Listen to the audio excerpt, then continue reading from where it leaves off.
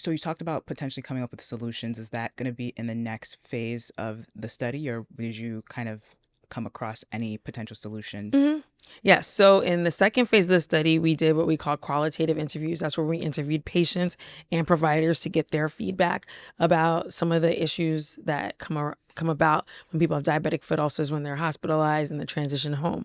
The third part of the study was actually doing an intervention. There is a company called Podimetrics that has a mat that patients can stand on daily. And what it does is it measures the temperature of the foot. And if there's a deviation from the norm, it could suggest that there's an infection brewing. So before the patient actually sees the redness, they actually see that their foot is swollen, you may actually be able to detect an underlying ulcer so they can get into care sooner than later. So there's a nurse that monitors the temperature changes. And if there's a more than 4-degree temperature change that is suggestive of the fact that there may be an ulcer brewing, they alert the patient to come in. So what we did is we did what we call a feasibility study to see if in our population, this mat would be something that patients would use. The study has been done before in the VA. It's never been done in a study in a population like we have in the Bronx. And it was interesting. What we did find out is that our patients actually used it more than some of the vets did. So there was actually good adherence by our patients to use it.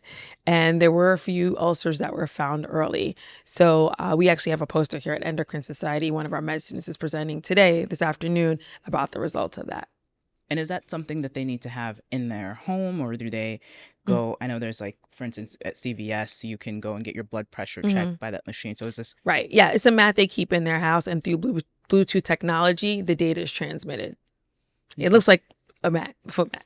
Yeah. interesting? So talk to me a little bit about maybe some of the cascading complications that come with having an amputation like that, and how an amputation maybe unfolds for a patient's like Mhm. life in general, health Right. outcomes. So good question. The natural progression, unfortunately, for a lot of our patients, it starts with a toe and then it becomes a transmetatarsal amputation. So that's when they cut off all of the toes.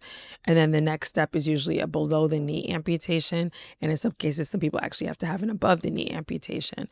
And once you get to the point of having an amputation below the knee, your chances of being alive in 5 years are actually 50%.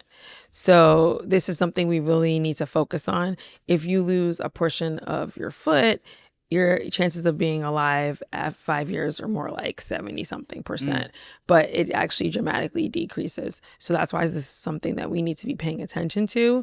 And it's why we need to empower our patients to know about what they need to do for foot care. And we as providers are making sure that we're providing patients with the proper screening so we can be aware of the fact that they have nerve damage and or good or poor circulation.